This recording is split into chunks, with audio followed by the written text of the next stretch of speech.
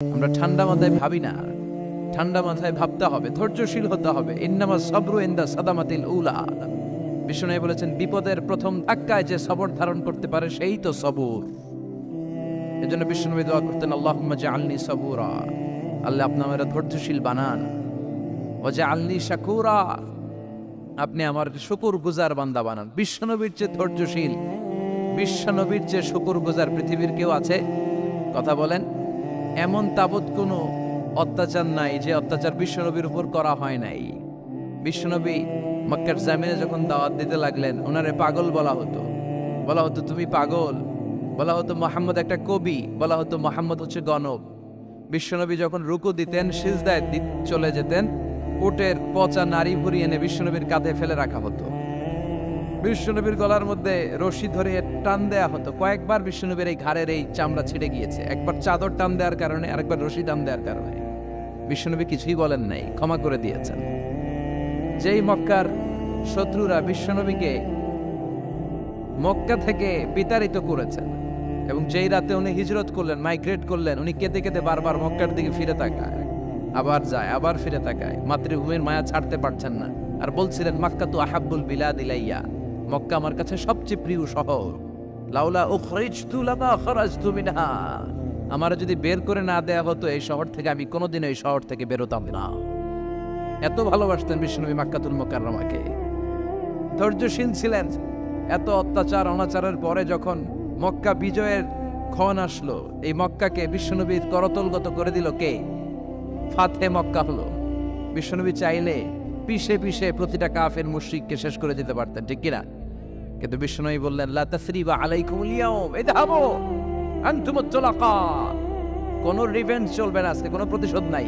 একেবারে বড় যুদ্ধাপরাধী যারা, মারাত্মক যারা অফেন্স করেছে, তাদেরকে শাস্তির আওতায় আনা হবে, বাকি সবাইকে আমি ক্ষমা করে দিলাম। In the long history of the world, there is no instance of magnanimity and forgiveness which was showed by our beloved Prophet Muhammad when all of his enemies laid under his feet and he forgave them one and all. পৃথিবীর ইতিহাসে এরকম নজির কোথাও পাওয়া যায় না, যাকে এত অত্যাচার করে বিতাড়িত করা হয়েছে, নির্বাসন দেয়া হয়েছে, হিজরতে বাধ্য করা হয়েছে। তিনি যখন ওই শহরকে আবার বিজয় করলেন, কাউকে আঘাত করলেন না, আগুন জ্বালিয়ে শহরটাকে জ্বালিয়ে দিলেন না, ওদের বংশকে নির্বংশ করলেন না, বরং মুচকি হেসে উনি বললেন, যাও ক্ষমা করে দিলাম। কি ধৈর্যশীল ছিলেন। আবার দোয়াও করতেন, আল্লাহুম্মা জাআলনি সাবুরা, আল্লাহ আপনি আমার ধৈর্য বাড়ায় দেন। ওয়া জাআলনি শাকুরা, আপনি আমার শুকরগুজার বানান। ওয়া জাআলনি ফি আইনি সাগীরা, আল্লাহ আমার চোখে আপনি আমারে ছোট বানান। ওয়া ফি আয়ুনিন নাসি কাবীরা, আল্লাহ মানুষের চোখে আপনি আমারে বড় বানান। কি মানুষ ছিল, নিজের চোখে নিজে ছোট থাকতে চাইতেন। আমরা নিজের চোখে নিজের বড় মনে করি, এরকম ডাকাইত আছে না নাই? নিজেরাই নিজে মনে করে কত বড় সাহেব, লাট সাহেব। মান তাওয়াদা তারাফা, এটা হচ্ছে সুন্নাতুল্লাহি ফিল আরদ। মান তাওয়াদা তারাফা, যে নিচে নেমে থাকতে চায় আল্লাহ ওরা টেনে উপরে উঠা, আর যে খালি উঠতে চায়, হিংসা করে অহংকার করে উপরে ঠেলতে চায়, ওরা নিচে নামায় দেয় কে? সাইয়েদনা আদমকে আল্লাহ বললেন, আদম সাল্লিমা আলা উলাইকা নাফার লাম্মা খালাকাল্লাহু আদম ওয়া কানা তুলহু 60 যিরাআন। নিচে নেমে গেলে যে উপরে ওঠে, আর উপরে উঠতে চাইলে যে নিচে নামে। উদাহরণ দেখেন, আদম আলাইহিস সালামকে তৈরির পর আল্লাহ বললেন, আদম সাল্লিমা আলা উলাইকা নাফার, এই ফেরেশতাদের সালাম দাও। কি দাও? দাও, সালাম দাও। কোনো প্রশ্ন নাই, আল্লাহ সালাম দিব কেন? ফেরেশতারা আমারে দিব না কেন? আমি আগে দিব কেন? কথা আছে কোনো? যেই সালাম দিলেন, সালাম দেওয়ার সাথে সাথে ওনার মর্যাদা বাড়িয়ে দিল কে? এত মর্যাদা বাড়ালেন যে নূরের ফেরেশতারা মাটির আদমকে সেজদা দিতে বাধ্য হয়েছে। চিৎকার করে বলেন, ঠিক কিনা? তুমি মাটির আদমকে প্রথম সৃষ্টি করিয়া ঘোষণা করিয়া দিলে শ্রেষ্ঠ বলিয়া, তাই তো নূরের ফেরেশতা করে আদমকে সেজদা, সবার চেয়ে সম্মান দিলে মাটির আদমকে। আল্লাহু আল্লাহু পড়েন, আল্লাহু আল্লাহু তুমি জাল্লে জালালুহু, শেষ করা তো যায় না গে তোমার গুণগান। আল্লাহু আল্লাহু, সুবহানাল্লাহ পড়েন।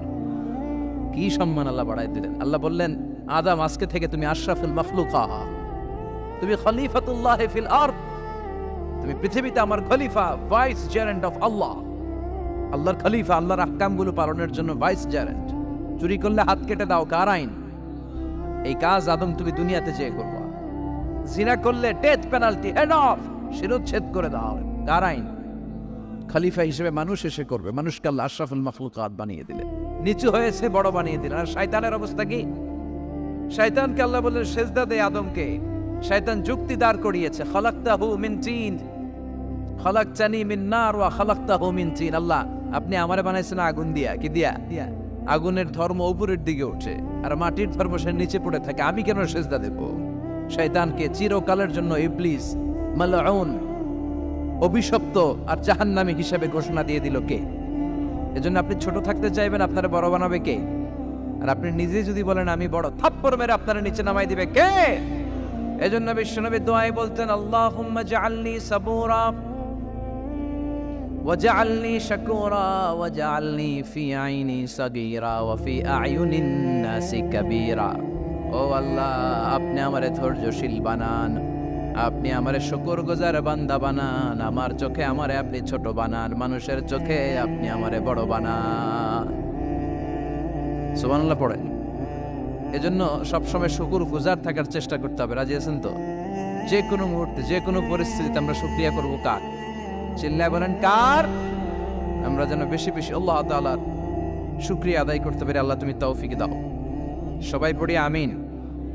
উত্তর চান্দোলা হিলফুল ফুজুল ইসলামী সংগঠনের উদ্যোগে আজকের এই তাফসীরুল কোরআনের প্রোগ্রাম। হিলফুল ফুজুল নামটা আমার বড্ড প্রিয়। বিশ্বনবী যখন 15 কিংবা 20 বয়স, কোনো বর্ণনায় এসেছে 15, কোনো বর্ণনায় 20, তখন তিনি একটা ছাত্র সংগঠন করেছিলেন, ইয়াং স্টারদের একটা অর্গানাইজেশন করেছিলেন। ওটার নাম তিনি দিয়েছিলেন হালাফুল ফুদুল।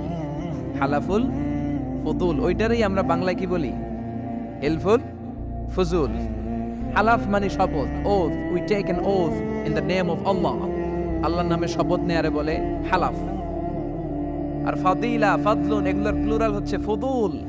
ফুদুল মানে ভালো কাজ। ভালো ভালো কাজের উপর বিশ্বনবী যুবকদেরকে একত্রিত করলেন যে মক্কা শহরে কোনো টেন্ডারবাজি চলবে না, কোনো চাঁদাবাজি চলবে না, দুর্বলের উপর সবলের অত্যাচার চলবে না, জালিমের জুলুম চলবে না, হত্যা চলবে না, ধর্ষণ চলবে না, রাহাজানি চলবে না। মক্কা শহরটারে শান্তির শহর বানাতে হবে। যুবকরা এই দায়িত্ব কাঁধে নিয়েছে। কারা? মুরব্বীরা না, যুবকরা। যুবকদের আছে প্রাণ ঢালা উচ্ছ্বাস, অনেক শক্তি। এজন্য যুবকদেরকে ভালো কাজে আসতে হবে। যুবকরা চাইলে এ দেশের চেহারা পাল্টে দিতে পারে। এদেশে যুবক ভোটার আছে কয়জন জানেন? নতুন করে যুবক ভোটার হয়েছে 2 কোটি। কয় কোটি? 2 কোটি না? Can you imagine that? কল্পনা করতে পারেন? They can change Bangladesh. They can change the face of Bangladesh. তারা 56,000 বর্গ মাইলের এই বাংলাদেশের চেহারা পাল্টে দিতে পারে। তাদের অনেক শক্তি। এই জন্য যুবকদের এই শক্তি কাজে লাগাতে হবে। ফেন্সিডিল, গাঁজা, ইয়াবা, হিন্দি সিনেমা, এগুলোর পিছনে দৌড়ানো যাবে, পর্নোগ্রাফির পিছনে ছোটা যাবে। যুবক বয়সে ভয় করতে হবে কারে? চিল্লায় বলেন কাকে? আল্লাহ আমার যুবক ভাইদেরকে তুমি তৌফিক দাও। বিশ্বনবী এই হালাফুল ফুদুল তিনি গঠন করলেন মক্কাতুল মুকাররমাতে। পুরো মক্কা শহরটা শান্তির শহর হয়ে গেল। সুবহানাল্লাহ। আল্লাহ উত্তর চান্দোলা হিলফুল ফুজুল ইসলামী সংগঠনকে তুমি কবুল করো। আজকের প্রোগ্রামের সভাপতিত্ব করছেন আল্লামা অধ্যক্ষ গোলাম সরোয়ার সাইদি পীর সাহেব, আড়াইবাড়ি দরবার। আমার প্রিয় নানা ভাই আলোচনা করেছেন, বয়ান করেছেন। আল্লাহ নানা ভাইকে কবুল করো। নানা ভাইটা একটু ইয়াং হয়ে গেছে না? অনেক জায়গায় লোকজন খুব বিভ্রান্তিতে পড়ে যায়। ঘটনা কি? আপনি নানা হইলেন কবে, নাতনি হইল কবে, আবার জামাই পেলেন কবে? আমারও বলা যে তুমি যে আমার নানা ভাই বানাইছো, আমি তো এর উত্তর দিতে দিতে কাম সারা। তো আল্লাহ আমার নানা ভাইকে তুমি কবুল করো। তিনি হকের কথা, কোরআনের কথা বলেন। পীর সাহেবদের মুখে এরকম হুঙ্কার দেখা যায় না। কথা কন। এরা থাকে খানকায়, এদের পেট থাকে বড়। সবার কথা বলছি না, বেশিরভাগ কথা বলেন। এই ভণ্ডামি এই দেশে আছে না নাই? দো দিল বান্দা কালমা চোরে না